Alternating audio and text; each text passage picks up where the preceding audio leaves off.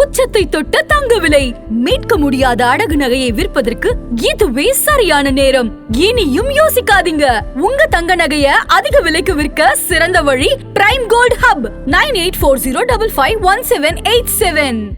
தெய்வத்தின் அருள் இப்போது உங்கள் கையில்.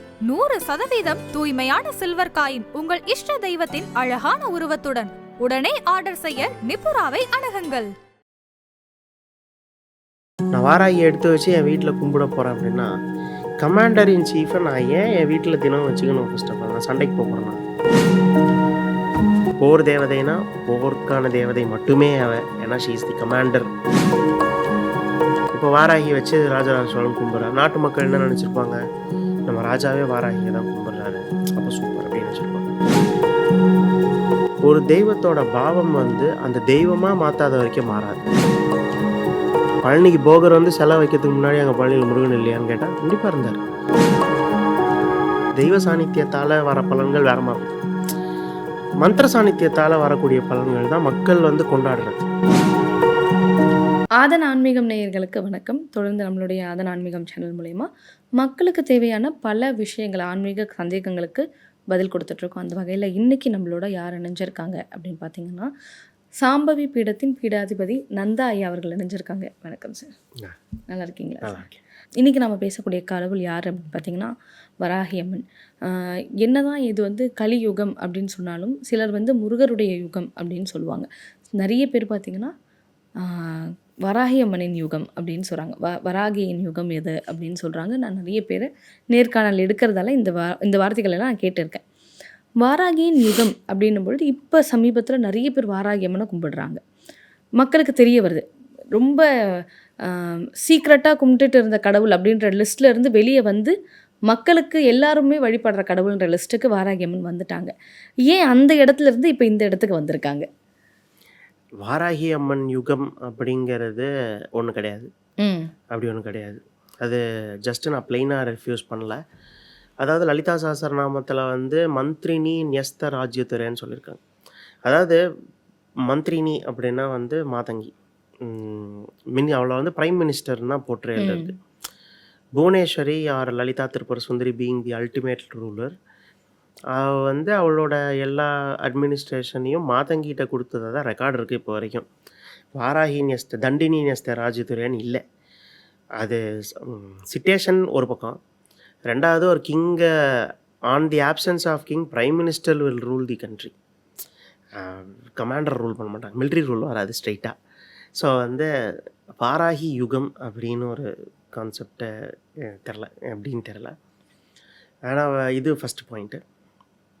வாராகியோட பிரபல்யம் அப்படின்னு நம்ம பார்த்தோம் அப்படின்னா, it's directly proportional to people's suffering நான் சொல்லுவேன். நிறையா பேருக்கு எதை தின்னா பித்தம் தெளியும் அப்படிங்கிற மாதிரியான பிரச்சனைகள், கடன், அப்டிக்கிள்ஸ், வேர் அவங்களுக்கு really need a strong support from their internal heart. அவங்களுக்கு ஒரு ஒரு வெளியேந்து கிடைக்கல அந்த ஒரு ஸ்ட்ராங் சப்போர்ட்டோ தைரியமோ. அந்த தைரியம், அந்த ஒரு ஸ்ட்ராங் சப்போர்ட்டை அவங்க வாராகி வழிபாடின் மூலமாக ஃபீல் பண்ணுறதால வரக்கூடிய அந்த ஒரு பிரபல்யம், ஒரு அவேர்னஸ் தான் வாராகி வழிபாடுன்னு நான் சொல்லுவேன். ஸோ வாராகி ஒரு போர் தேவதை. அகெயின் போர் தேவதைனா போருக்கான தேவதை மட்டுமே அவன். ஏன்னா ஷீ இஸ் தி கமாண்டர். அதனால் கமாண்டர்ன்றதுனால நம்ம போர் தேவதைன்னு தான் சொல்லி ஆகணும். அதனால் போர் தேவதை அப்படிங்கிற கமாண்டர்னால அவளுக்கு ஒரு அந்த ஒரு பவர் நம்மளால் பார்க்க முடியுது லைஃப்பில். ஸோ பூஜை பண்ணுறவங்களுக்குமே சேஞ்சஸ் இருக்குது. சேஞ்சஸுங்கிறத விட பிரதானமாக நான் பார்க்குறது என்னென்னா, மனோதைரியத்தோட இன்க்ரீஸ். மனதைரியம் தானே ஃபஸ்ட்டு.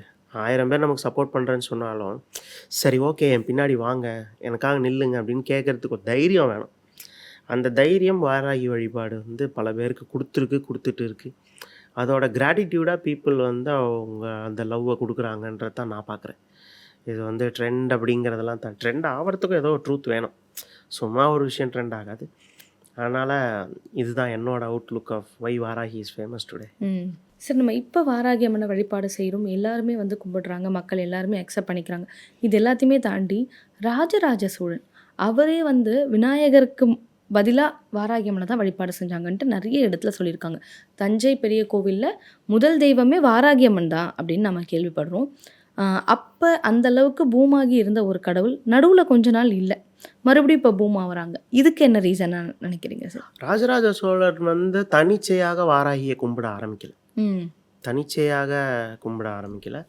சித்தர் பெருமக்கள் வந்து அவருக்கு அட்வைஸ் பண்ணுறாங்க, இந்த மாதிரி வாராகி நீ கும்பிடு. ஏன்னா அந்த டைமில் வந்து Rajaraja Cholan was suffering from trout. பஞ்சம் இருந்திருக்கு நாட்டில்.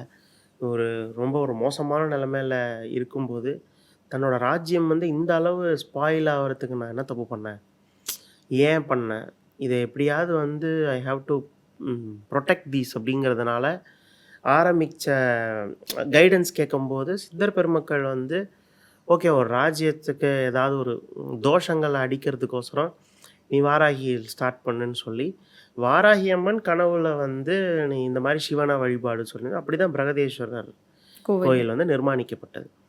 ஸோ பிரகதீஸ்வரர் கோயிலோட க்ஷேத்திரபாலகி வாராகி தான்.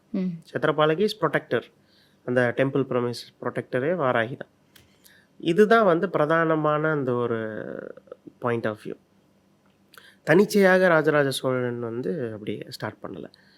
ஆனால் வந்து வாராகி வந்து நடுவில் டிப் ஆனதுக்கான காரணம் என்ன அப்படின்னு கேட்டோம்னா அதை சொல்கிறேன் இல்லையா, இட்ஸ் அக்ரெசிவ் டைட்டி. அதனால் வந்து எல்லாருமே வந்து அதை இப்போது ராஜராஜ சோழன் அந்த டைம் பீரியடுக்கு கொஞ்சம் போய் பார்ப்போமே.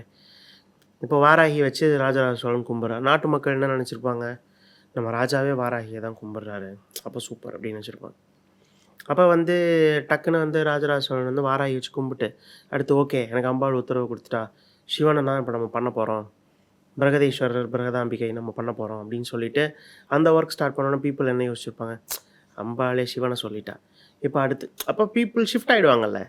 அப்போ அவங்க ஆப்வியஸ்லி வாராகிக்கு ஒரு சல்யூட்டோட முடிஞ்சிடும், அடுத்து ஷிஃப்ட் ஆகிடுவாங்க பீப்புள். ஸோ வந்து இந்த ஷிஃப்ட்டும் ஒரு காரணம். ஏன் பீப்புள் மத்தியில் டிப்பாச்சான்னு தெரியாது, அது ஒரு கண்டினியூஷன். அந்த கண்டினியூஷன் எங்கே போயிடுச்சுன்னா பெரிய கோயில் மேலே போயிடுச்சு. அப்போது அதை செய்யணுன்றது ஏன்னா ஒரு பிக் ப்ராஜெக்ட், அதுவே it would have taken many years to build, எவ்வளோ ரிசோர்ஸஸ் அது. ஸோ ஆப்வியஸ்லி எல்லா ஃபோக்கஸுமே அங்கே தான் இருந்திருக்கும். அந்த ஃபோக்கஸ் அங்கே அவ்வளோ ஃபோக்கஸ் கொடுத்துட்டு யாரும் எடுக்க மாட்டாங்க. ஸோ அது அப்படியே பிரகதீஸ்வரர் சிவன் சிவன் சிவன் சிவன் சைவ சித்தாந்தங்கள் அப்படின்னு அப்படியே அந்த மாதிரி ப்ளூமான நடுவில் ஒரு 200-300 இயர்ஸ்க்கெலாம் வந்து சைவம் வைஷ்ணவம் ஃபைட்ஸே பெருசு. நடுவில் சக்தினோ வாராகினோ யாருமே வாய் திறக்கலை. ஆமாம், அந்த டைமில் கொஞ்சம் பைரவர் உபாசனைகள் கொஞ்சம் ஃபேமஸாக இருந்தது. ஆனால் அதுக்கப்புறமேட்டு நமக்கு வந்து பெருசாக வாராகின்றது வரல. அன்டில் இந்த ஒரு லாஸ்ட் 5 இயர்ஸாக I am seeing a very good church. Okay sir. இந்த இடத்துல எனக்கு ஒரு விஷயம் என்ன தோணுது அப்படின்னா, நம்ம எத்தனை கோவில்கள் நம்ம தமிழ்நாட்டில் இருந்தாலும் இந்தியாவிலே இருந்தாலும் பிரகதீஸ்வரர் கோவிலுக்கு அப்படின்னு ஒரு தனி சிறப்பு இருக்குது. அங்கே வாராகி இருக்கிறதால தான் நீங்கள் சொன்னீங்க இல்லையா, அந்த கோவிலுக்கான கடவுள் அவங்க தான் அங்கே எல்லாமே பார்த்துக்கிறாங்கன்னும் பொழுது அவங்க இருக்கிறதால தான் இன்னும் அது அந்த ஃபர்ஸ்ட் லெவல் அந்த இடத்துல இருக்கா சார்? அவங்க இருக்கிறதுனால தான் இன்னும் அது மேலே யாராலையும் கை வைக்க முடியல அப்படி வச்சுக்கலாம். அது வாராகி வந்து அவ வந்து ஒரு protector, she is protecting the interest of people. ஆனால் பீப்புளோட இன்ட்ரெஸ்ட் இருக்குது, அதனால தான் டாப்பில் இருக்குது. அந்த மாதிரி தான் ஒரு விஷயம். இப்போ நாட்டை பாதுகாக்கிற கமாண்டர் ஆர்மி இருக்குன்னா நாடை தான் ஆர்மி காப்பாற்றும். Army will make sure that the country is there. ஆனால் கண்ட்ரி நல்லா இருக்குமாங்கிறத அட்மினிஸ்ட்ரேஷன் தான் பார்த்துக்கணும். அந்த மாதிரி வந்து வாராகி வந்து கண்டிப்பாக அந்த கோயிலோட சாங்டிட்டியும் யாரும் அதை அப்படி எள்ளி நகையாடுற மாதிரியான ஒரு இடத்துல அவள் கொண்டு போகல. அதுக்கான அந்த சாவரினிட்டியை அவள் மெயின்டைன் பண்ணுறான் ஆஸ் அ கமாண்டர். ஆனால் அந்த சாவரினிட்டியை மெயின்டைன் பண்ணினாலும் அதோட பூஜை முறைகள், மக்கள் அது மேலே வச்சுருக்கக்கூடிய அபிமானமெல்லாம் அந்த கோயில் ஸ்டில் அவங்க பண்ணிகிட்ருக்காங்க. அந்த ஒரு ப்ராக்டிஸ் இருந்துகிட்ருக்கு. அப்படிங்கிறதுனால இது ரெண்டும் கலந்து தான் மெயின்டைன் ஆகுது. நம்ம ஆனால் வந்து அப்படி entirely credits to the protector கண்டிப்பாக கிரெடிட்ஸ் இருக்குது, இல்லைன்னு நான் சொல்ல. பட் பீப்புளோட இன்ட்ரெஸ்ட் ப்ரொடெக்ட் பண்ணப்படுது. ஏன்னா அங்கே அந்த முறைகள் இன்னும் தவறாமல் நடந்துட்டுருக்கு. 1000 வருஷத்துக்கு ஒரு விஷயத்தை கண்டினியூ அதான் சொல்கிறேன், நம்ம ஒரு நேற்று ஆரம்பித்த விஷயம் நாளைக்கு பண்ணுவோமான்னு நமக்கு தெரியல. அந்த மாதிரி இருக்கும்போது ஒரு இவ்வளோ பெரிய ஒரு லிங்கத்தை ஒரு கட்டி காப்பாற்றி இத்தனை வருஷம் கொண்டு வர்றதுங்கிறது வந்து சாதாரண விஷயமே கிடையாது. Okay sir. சார் அதே மாதிரி இன்னும் ஒரு விஷயம் என்ன அப்படின்னா, உலகத்திலேயே முதன் சிவன் கோவில் அப்படின்னாலே நம்ம எல்லாருமே வந்து உத்திரகோசமங்கை சொல்லுவாங்க. ஆமாம். உத்திரகோசமங்கையிலேயே வாராகி அம்மன் இருக்காங்க. அப்படி நம்ம பார்க்கும்பொழுது கடவுள்களுக்கு, அதாவது சக்திகளுக்கெல்லாம் சக்தி வாராகி தானே. க்ஷேத்திரபாலகரில் 2 மெயினான க்ஷேத்திரபாலகர் யார் அப்படின்னு பார்த்தோம்னா, ஒன்று பைரவர், ம். இன்னொன்று வந்து சப்தகன்னிகள். அதில் சப்தகன்னிகள்லேயும் வாராகி. ஸோ நம்ம வந்து இதை அதனால் எல்லா கோயில், முதல் கோயிலாக இருந்தாலும் எந்த கோயிலாக இருந்தாலும் நம்ம வாராகியை பார்ப்போம். Because she is the first level commander. அதனால் வந்து சக்தியில் ஒரு ப்ரொடெக்ஷன் அப்படின்ற வார்த்தை வந்துருச்சுனாலே வாராகி வந்து சினானிம் ஆகிடுறாங்க. ம். அவங்க வந்து கண்டிப்பாக அதுக்கு ஒரு மூல பொருள் ஆகிடுறாங்க. ப்ரொடெக்ஷன்னா அர்த்தம் என்ன அப்படின்னா வாராகின்ற அளவுக்கு எல்லா இடத்துலையும் பிரதிஷ்டைகள் இருக்குது. ஸோ அதுதான் வந்து அதனால தான் நம்மளால் ஈவன் உத்தரகோசமங்கையில் வந்து நம்மளால் பார்க்க முடியுது, வாராகியோட வழிபாடை வந்து பார்க்க முடியுது. ஆனால் எங்கேயுமே உங்களால் டாமினண்ட்டாக பார்க்க முடியாது. ம். சந்நிதிகள் இருக்கும், கண்டிப்பாக ஒரு ப்ரொபோர்ஷனேட்டாக இருக்கும், பட் டாமினண்ட்டாக இருக்காது. லைக் திருவிழா கொண்டாடி அந்த மாதிரி இருக்காது, பட் இம்பார்ட்டன்ஸ் இஸ் கண்டிப்பாக இருக்குது. Okay sir. இப்போ வாராகி அம்மனை கும்பிடுறவங்க எல்லாருமே வந்து ஒரு விஷயம் வந்து ரொம்ப கிளியராக இருப்பாங்க. ரொம்ப பவர்ஃபுல் காட், அது எல்லாருமே அக்செப்ட் பண்ணிக்கிறாங்க. அக்ரெசிவ் காட் அக்செப்ட் பண்ணிக்கிறாங்க. பட் நம்ம அவங்கள பார்க்குற வேலை தான் எல்லாமே இருக்குது. நான் அவங்கள வந்து குழந்தையாக பார்க்குறேன் அப்படின்னா, வாராகி எனக்கு குழந்தை, அவங்க என் மடியில் வந்து உட்காருவாங்க, விளையாடுவாங்கன்றாங்க. நான் அவங்கள அம்மாவாக பார்க்குறேன் அப்படின்னா, எனக்கு அவள் அம்மா, நான் அவள் மடியில் உட்காந்து விளையாடுவேன் அப்படின்றாங்க.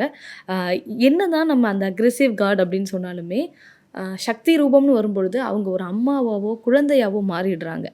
இந்த இடத்துல இப்போ நாம் வந்து வாராகி அம்மனை பார்க்குறதுன்றது எப்படி பார்த்தா சரியாக இருக்கும்?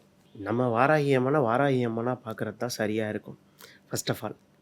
ஆனால் நம்மளோட பாவம் அந்த தெய்வத்தோட நம்ம இஷ்டமா, உங்கள் கேள்வி நான் அப்படியே எடுத்துக்கிறேன். நம்ம இஷ்டத்துக்கு பாவம் வச்சுக்கிறது சரியா அப்படிங்கிறது வேணால் அதை கேள்விப்படுத்தலாம்.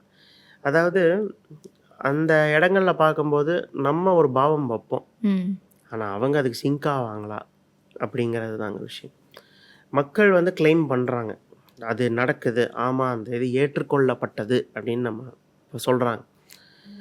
எனக்கு அதில் முழு நம்பிக்கை இல்லை. ஏன்னா அவங்களோட மனசு அது, அவங்க நம்புகிறாங்க, அவங்க அம்பாள் எடுத்துக்கிட்டா அப்படின்னு நம்புகிறாங்க. அதை நான் தப்பு சொல்ல, ஒருத்தரோட நம்பிக்கை அவங்க சொல்கிறாங்க. எனக்கு அந்த மாதிரியான ஒரு குருவாக ஒரு ஸ்தானத்தில் ஒரு தெய்வத்தோட பாவம் வந்து அந்த தெய்வமாக மாற்றாத வரைக்கும் மாறாது. இதுக்கு நான் ஒரு எக்ஸாம்பிள் சொல்கிறேன். நிருசிம்ம அவதாரம், தூணை பிளந்துட்டு நிருசிம்மர் வந்தார். அப்பையும் பிரகலாதன் நிருசிம்மரை அன்பாக தான் பார்த்தான். மற்ற தெய்வங்கள் பயந்தப்ப கூட நிருசிம்மருக்கு எப்பயுமே பிரகலாதன் கண்ணுக்கு நிருசிம்மர் அழகு, தேஜஸ், ஒரு ஒரு பயங்கரம், ஒரு மார்வல். குழந்தைக்கு அந்த 5 வயசு குழந்தைக்கு அது அப்படி தான் அது. ஆனால் வந்து நிருசிம்மர் அப்போ இவனோட பாவத்துக்கு மேட்ச் ஆகலை. அவர் ஒரு ஆக்ரோஷத்தில் இரண்யகசிபு அடிக்கிறது, ஃபைட் அப்படி தான் வந்தது. அதே மாதிரி ஆல்மோஸ்ட் பேலஸ் எல்லாம் அடித்து உடச்சி ஓடி போய் அவனை பிடிச்சி அவன் ஓடும்போது இவர் துரத்திட்டு போகும்போதும் பிரகலாதன் அன்பை தான் பார்த்தான். அப்பயும் மாறல. அப்புறம் அவனை பிடிச்சி தரன்னு இழுத்துட்டு வந்து பேலஸோட மாளிகையோட வாயில் மாடத்தில் வச்சு அந்த அந்தி சந்தி நேரத்தில் வதம் செய்து கோரமாக அந்த கோரமான நிகழ்வுலையும் பிரகலாதன் அன்பாக தான் பார்த்தான். ஆனால் டயட்டி மாறிடுச்சா? கிடையாது. அதுக்கப்புறமேட்டு அந்த அந்த இதெல்லாம் முடிஞ்சு, அந்த அவதாரம் முடிஞ்சு நிருசிம்மர் ஓடுறாரு. அதாவது வந்து அந்த ஆக்ரோஷம், அந்த ஒட்டுமொத்த ஹிரண்யகசிபுவோட கிங்டமே உடச்சிட்டு ஓடுறாரு, எல்லாம் தரம்பன். அப்பையும் பிரகலாதன் அன்பாக தான் பார்த்தான். அவர் மாறினாரா? கிடையாது. உடச்சிட்டு ஓடினது தாங்க முடியாமல் பிள்ளையார், முருகன் எல்லாரும் தடுத்ததாகவும் அவங்களையும் தூக்கி கடாசிட்டு ஓடினார். அப்பயாவது மாறிடு அப்பையும் ஒரு அன்பாக தான் பார்த்தார், ஆனால் மாறல.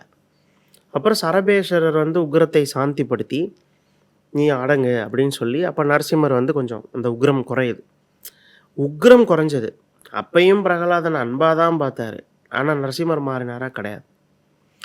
அதுக்கு பிற்பாடு அந்த உக்ரம் குறைஞ்ச ஒரு நிலைப்பாடுக்கு வந்து லக்ஷ்மி உட்காந்ததுக்கப்புறம், லக்ஷ்மி நரசிம்மர் ஆனதுக்கப்புறம் தான் பிரகலாதனே கண்ணுக்கு தெரியுறான். ம். அப்போ அவங்க எப்போ கண்ணுக்கு தெரியுதோ அப்போ தான் கண்ணுக்கு தெரியும். பிரகலாதனுக்கே அதான் நிலமை. நமக்காகலாம் அவங்க அப்படி டக்கு டக்குன்னுலாம் மாற்ற மாட்டாங்க. ஸோ அவர் வந்து பிரகலாதன் வந்து அப்படி பார்த்ததுக்கு அப்புறம் அவர் பார்த்தோன்னே கட்டி பிடிச்சிட்டு, அப்போ நிருசிம்மரோட பாவம் மாறவே மாறாதானே? அது கிடையாது. அதான் சொல்ல வரேன். நிருசிம்மரோட கோலத்திலேயே பிரகலாதனை கட்டி பிடிச்சிக்கிட்டார். அப்போது அந்த ஒரு ஒரு நகம் இல்லையான்னு கேட்டால் எல்லாம் இல்லை. அப்போ சாந்தமாக மாறி உருவமும் மாறலை. ம். அதே கோர உருவத்திலேயே ஸ்டில் அவங்களால லவ்வை காட்ட முடிஞ்சுது. காட்ட முடியல அப்படின்றது கிடையாது. ஆனால் அதை ஃபஸ்ட்டே நான் ஒன்று காட்டிட்டேன்றதுனால அவங்க காட்ட மாட்டாங்க. அந்த நிலைமைக்கு வந்தோன்னா காட்டுவாங்கன்ற மாதிரி. அந்த நிலைமைக்கு வரக்கூடியது நம்ம அந்த ரிச்சுவல்ஸ் அந்த பூஜை முறைகளில் கண்டினியூ பண்ணணும். அதாவது நம்மளுடைய வேண்டுதலும் நம்மளுடைய பிரார்த்தனையை நித்தமும் செஞ்சோம் அப்படின்னா கண்ணுக்கு நம்ம தெரிய ஆரம்பிச்சிட்டோன்னா பண்ணுவாங்க. ஓகே. ஆனால் தெரிய ஆரம்பிச்சிருச்சா வாழ்க்கை பலன்கள் வந்து மந்திரத்தால் நடக்குது. ம். மந்திர சாநித்தியம் தெய்வ சாநித்தியம்னு 2 இருக்குது. மந்திர சாநித்தியங்களால் வாழ்க்கை பலன்கள் வருது. வாழ்க்கை பலன்கள் வருவது வந்து தெய்வ சாநித்தியத்தால் இருக்குது. ஆனால் தெய்வ சாநித்தியம் முதல்ல வர்றதில்லை. அன்லெஸ் அண்ட் அன்டில் இப்போ பீடங்கள் சக்தி பீடங்கள் மாதிரி அம்பாள் நான் இங்கே இப்போ முருகன் வந்து நான் பழனியில் இருக்கேன்னு சொல்லிட்டு இருக்குது, அது தெய்வ சாநித்தியம். நான் போய் மந்திரம் சொல்லணுன்ற அவசியம் கிடையாது. யார் ஒருத்தர் போய் அதை உருவாற்றணும்னு அவசியம் கிடையாது. நீங்கள் விக்கிரகத்தையே தூக்கி போட்டு பார்த்தாலும் அந்த இடத்துல முருகன் இருப்பார். ஏன்னா அதை அவங்க அஷ்யூர் பண்ணியிருக்காங்க. அஷ்யூர் பண்ணிட்டு போயிருக்கு, நான் இருப்பேன்னு சொல்லியிருக்காங்க. அப்போ அந்த அஷ்யூரன்ஸில் இருக்குது சாநித்தியம். எனக்காக உனக்காக கிடையாது, எல்லாருக்காகவும் அவங்க இருக்கேன்னு சொல்லியிருக்காங்க. அந்த ப்ராமிஸ்க்கு அவங்க ஹோல்ட் ஆகும், அந்த வைப்ரேஷன் இருக்கும். ஏன் பழனிக்கு போகர் வந்து செலவு வைக்கிறதுக்கு முன்னாடி அங்கே பழனியில் முருகன் இல்லையான்னு கேட்டால் கண்டிப்பாக இருந்தார். அதுதான் அந்த அஷ்யூரன்ஸ்ன்றான் நான். அந்த அஷ்யூரன்ஸ் அங்கே இருக்க கண்டு தான் இப்படி ஒரு சித்தர் அப்படி ஒரு விஷயத்தை உருவாக்க முடிஞ்சது. ஈவன் முருகனே அந்த இடத்துல தான் வைக்கணும் சொல்லி வந்தவர் தானே. அதுதான் சொல்கிறேன். அந்த அஷ்யூரன்ஸ் இருந்ததுனால தான் அப்படி ஒரு சித்தர் அப்படி ஒரு விஷயத்த அங்கே உருவாக்க முடிஞ்சது. இல்லைன்னா ஏன் போகருக்கு வேறு மலையே கிடைக்கலையான்னு நம்ம கேட்க முடியாதா? அதுக்கு முன்னாடி முருகர் இல்லாமல் இல்லை பழனியில். அது வந்து எந்த காலத்து சண்டை அது. அதனால் வந்து அந்த மாதிரி தான் இதுவும்.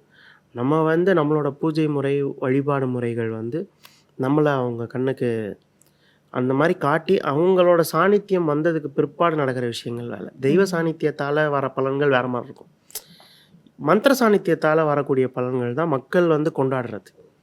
ஓகே, நான் ஒரு ஸ்லோகம் சொன்னேன், அம்பாள் எனக்கு இந்த ஒரு வேலைக்காக நான் சொன்னேன், எனக்கு வேலை கிடச்சிடுச்சு.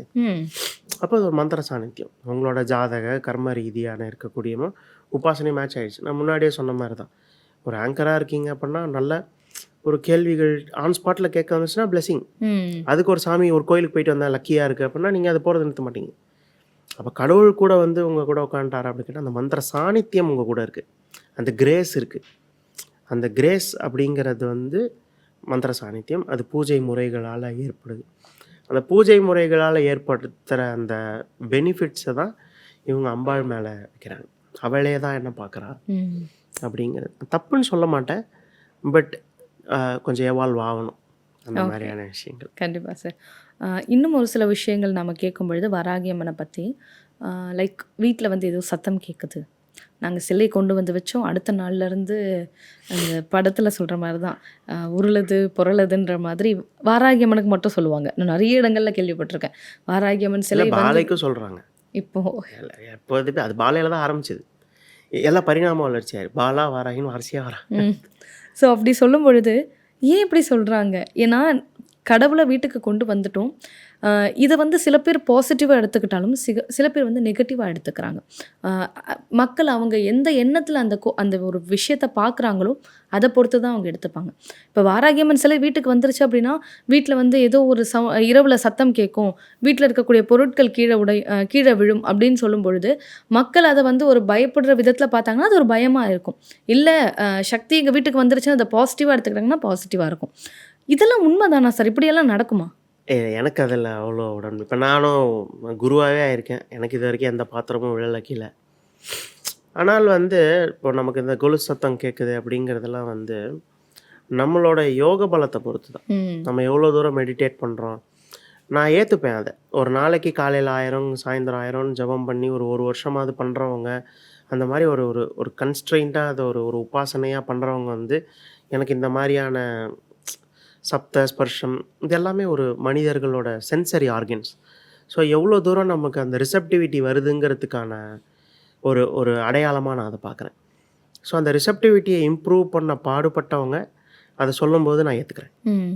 ஆனால் நேத்தி தான் விக்கிரகம் வாங்கிட்டு வந்துட்டேன்னு சொல்லிட்டு அடுத்த நாள் கொலுசு சத்தம் கேட்குதுங்கும்போது கொஞ்சம் ஏற்புடையதாக இல்லை. ஓகே. ஆனால் உழைப்பு போட்டவர்களுக்கு இருக்குது. ம். ஆதிசங்கரர் பின்னாடி அம்பாள் நடந்து வரும்போது கொலுசு சத்தத்தோட ட்ராக்ல தான் அவர் முன்னாடி நடந்து போனார். அதான் சொன்னேன், அதற்காக உழைத்தவர்கள் அந்த ஸ்பர்ஷ ரூப ரச கந்த அந்த சென்சரிஸில் அம்பாளை வந்து தியானிக்க போது அந்த ஒரு ரிசப்டிவிட்டி கிடைக்கிறது அப்படிங்கிறத அவங்க சொல்லும்போது ஏற்றுக்கொள்ளப்படுகிறது. லைக் இதே தான் நம்மளோட இப்போ இருக்கிற ஹியூமன்ஸ்க்கும் ரெகுலராக பூஜை பண்ணுறாங்க அப்படின்னா எஸ். ஏற்றுக்கலாம். நான் ஒரு வருஷமாக பார்த்துட்ருக்கேன், எங்கள் வீட்டிலே இருக்காங்க. இப்போ ஒரு வேளை ஏதாவது பண்ணுறாங்க அப்படின்னா ஒரு 1 இயராக பார்த்துட்ருக்கேன், எங்கள் அப்பாவை நான் பார்க்குறேன், ஒரு 10 வருஷமாக பார்த்துட்ருக்கேன் அப்படின்ற போது எங்கள் அப்பா வந்து இதை பண்ணாதன்னு சொல்கிறாரு அப்படின்னா அப்படின்னு சொன்னார் அப்படின்னு ஒருத்தவங்க சொன்னாங்கன்னா அக்செப்டபுள். ஏன்னா ஒரு ஒரு உழைப்பு போடுறாங்க ஒருத்தவங்க. ஸோ அவங்களுக்கு அது கிடச்சிருக்காதுன்னு நம்மளால் அப்படி மொட்டாம்போக்கில் டினை பண்ண முடியாது. ஓகே. ஆமாம். ஆனால் வந்து நேத்தி ஆரம்பிச்சுட்டு இன்னைக்கு எக்ஸ்பர்ட் அப்படிங்கிறது அது யாருக்காவது சாத்தியமான்றது கூட எனக்கு தெரியல. நிச்சயமாக. இன்னும் ஒரு விஷயம் என்ன அப்படின்னு பார்த்தீங்கன்னா, வீடுகளில் வாராகி அம்மன் வழிபாடு நிறைய பேர் சிலை ரூபமாக வழிபடுவாங்க, சில பேர் சிலை ரூபமாக வழிபட மாட்டாங்க. எல்லாருக்கும் வந்து ஒரு பயம், நான் சொன்ன மாதிரி தான். ஆனால் இன்றைக்கி நிறைய பேர் வழிபட ஆரம்பிச்சிட்டாங்க. வாராகி அம்மனுக்குன்னு விளக்கெல்லாம் இருக்குது. அந்த விளக்கோட முகப்பில் வாராகி அம்மன் இருப்பாங்க, விளக்கு ஏற்றுறாங்க, வழிபாடு செய்கிறாங்க. பெரிய பெரிய அதாவது சின்ன வாராகி அம்மனை வழிபாடு செய்தவங்க எல்லாருமே இன்றைக்கி கோவில்களில் பெரிய சிலைகள் வந்துருச்சு. எத்தனையோ அடி வாராகி அம்மன் சிலைகள் கூட இருக்குது. நிறைய இடங்களில் கோவில்கள் இருக்குது, வழிபாடு செய்ய ஆரம்பிக்கிறாங்க. இன்னமும் ஒரு சந்தேகம் எல்லாருக்குமே இருக்குது, இந்த மாதிரி நான் பூஜை செய்கிறது சரியா? நான் எப்போவும் வீட்டில் செய்கிற வழிபாடு தான், எக்ஸ்ட்ரா நான் எதுவுமே செய்யலை, எந்த மந்திரமும் சொல்ல, ஆனால் நான் செய்கிறது சரியா தவறா அப்படின்னு ஒரு சந்தேகம் இருந்துகிட்டே தான் இருக்கும். அதுக்கு நீங்கள் என்ன பதில் சொல்கிறீங்க? சரி, இப்படி வழிபாடு செய்யுங்க, இது போரும் அப்படின்னு சொல்ல முடியுமா? கண்டிப்பாக சொல்ல முடியும். ஆனால் வந்து வாராகியோட நான் எந்த நீங்கள் எத்தனை தடவை இந்த கேள்வி கேட்டாலும் நான் திருப்பி திருப்பி சொல்ல போகிறது, எப்பொருள் யார் யார் வாய் கேட்பினும் அப்பொருள் மெய்ப்பொருள் காண்பது அறிவு. அது தேவதைகளுக்கு ரொம்ப பிரதானமாக பொருந்தும். நான் வாராகியை எடுத்து வச்சு என் வீட்டில் கும்பிட போகிறேன் அப்படின்னா, கமாண்டர் இன் சீஃபை நான் ஏன் என் வீட்டில் தினம் வச்சுக்கணும்? ஃபர்ஸ்ட் ஆஃப் ஆல் நான் சண்டைக்கு போகிறேன்னா, இல்லை நான் லாயரா, இல்லை ஒய், அதாவது நான் வந்து சண்டைக்கு போனால் தான் இப்போ வாராகி கும்பிடணும்னு சொல்ல வரல. பட் அட்லீஸ்ட் எங்கேயாவது அந்த இடத்துல அந்த ப்ரொஃபஷனலாக இருக்கா? நான் ஒரு பாலிட்டிஷியனாக இருக்கேன், நான் ஒரு லாயராக இருக்கேன், இல்லை அனுதினம் ஒரு 100 பேர் பார்க்குற இடத்துல இருக்கேன், அஃபிஷியலி எனக்கு ஒரு டீம் இருக்கு, ஒரு 1000 பேர் என்னை பார்க்குறான்ப்பா தினம், நான் முடிவெடுக்கிற ஒரு இடத்துல இருக்கேன், அதனால் வந்து எனக்கு ஒரு தைரியம் வேணும் அப்படின்னு இதெல்லாம் இருந்ததுன்னா நான் தடுக்கவே இல்லை. ஆனால் ஒரு அன்றாட நான் வளர்ச்சி பாதையில் இருக்கேன், ஒரு இப்போ தான் ஜாயின் பண்ணியிருக்கேன், இன்னும் கொஞ்சம் மேலே போகணும், ஒரு பிஸ்னஸ் பண்ணுறேன், இனிமேல் தான் நான் அதில் அந்த மாதிரி ஒரு இனிஷியல் ஃபேஸஸ் ஆஃப் லைஃப்க்கு இவ்வளோ பெரிய ஒரு சக்தியை நம்ம வந்து நான் கட்டி காப்பாற்ற போகிறேன்னு எடுத்துகிட்டு வர்றது, அதுவே ஒரு பெரிய வேலைங்கிறேன். நான் ஏன் பலுப்படுத்திக்கிறீங்கன்னு தான் கேட்குறேன். கும்பிடக்கூடாது, கும்பிடணும், அதை சொல்கிறதுக்கு எனக்கு உரிமை இருக்கான்றது தெரியல. யாரோ ஒரு ஏன்னா பர்சனல் இன்ட்ரெஸ்ட்டுருவாங்க, அது பர்சனல் இன்ட்ரெஸ்ட்டு லாவில் வந்துடுது, அது அங்கே நான் போய் பேசுகிறது கிடையாது. ஆனால் ஒரு சோஷியல் இன்ட்ரெஸ்ட்டாக நான் கேட்குறதுன்னா, ஏன் பேர்டன் பண்ணிக்கணும்? சும்மா ஜஸ்ட்டு காசியாக தெரியுதுங்கிறதுக்கோசரம் ஆட்டுக்க வந்து நல்லா அக்ரெசிவாக எடுத்துகிட்டு வந்து வீட்டில் வச்சுட்டு அப்புறம் சொல்லுவாங்க என் உடம்பு உஷ்ணம் ஆகிடுச்சு, அதாகிடுச்சு, இதாகிடுச்சுன்னா ஏன் அந்த பேர்டனை எடுத்துகிட்டு வரோம்? நம்ம ஸ்பிரிச்சுவலாக எனக்கு வேணும் அப்படின்னா ஸ்பிரிச்சுவலாக தான் வேணும் அப்படின்னா ஸ்டார்ட் வித், அதான் சொல்கிறேன், ஏன் ஒரு கன்செப்ட் குருக்கிட்ட போயிடலாமே, பார்க்கலாம்ல. அதாவது யாருமே ஒருத்தங்கிட்ட போயிட்டா அவ்வளோதான் இனிமே அப்படின்றது அது கிடையாது. இதையும் நான் இந்த இடத்துல பதிவு பண்ணேன். ஏன்ஷியன்ட் பீப்புள்லேருந்து எல்லாருமே ஒரு குரு அப்படின்னு இருந்ததே கிடையாது. ஃபர்ஸ்ட் ஆஃப் ஆல் அதை எங்கேருந்து நடுவில் இவங்க ஹஸ்பண்டிஃபை பண்ணாங்கன்னு எனக்கு தெரியல. ஒரு குருகிட்ட போயிட்டு அவ்வளோதான், மாறவே கூடாது அப்படிங்கிற மாதிரியான ஒரு விஷயம். இவங்க ஆச்சாரியரையும் குருவையும் கன்ஃபியூஸ் பண்ணிக்கிறாங்க. ஆச்சாரியருங்கிறது யாருன்னா, ஒரு டெக்ஸ்ட் புக்கில் இருக்கிறத ஒரு தெளிவுபட அது உங்களுக்கு புரிகிற மாதிரி சிலபிஃபை பண்ணி உங்களுக்கு எடுத்து கொடுக்கறது தான் ஆச்சாரியர். குரு அப்படிங்கிறவர் டெக்ஸ்ட் புக்குக்கு அப்பாற்பட்டு உனக்கு இது வேணுமா வேணாமா, முதல்ல இல்லை எப்படிலாம் பண்ணால் இதோட நியூஆன்சன்சஸ் உனக்கு வரும், இதோட ஒரு நுணுக்கங்கள் உனக்கு எப்படி நான் தர்றது, அந்த மாதிரியான விஷயங்கள் தான் வந்து குரு சொல்லித்தரது.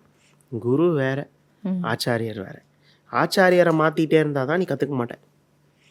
ஏன்னா ஒரு சிலபஸ்க்கு சொல்லித்தராங்கன்னா நீ ஒரு இடத்துல இருந்து கற்றுக்கிட்டா தான் கற்றுக்க முடியும். குரு அப்படிங்கிறவர் வந்து முதல்ல எல்லாருக்கும் கிடைப்பாங்களாங்கிறது தெரியாது. ஏன்னா முதல்ல எல்லாருக்கும் குரு தேவையாங்கிறதே எனக்கு தெரியல.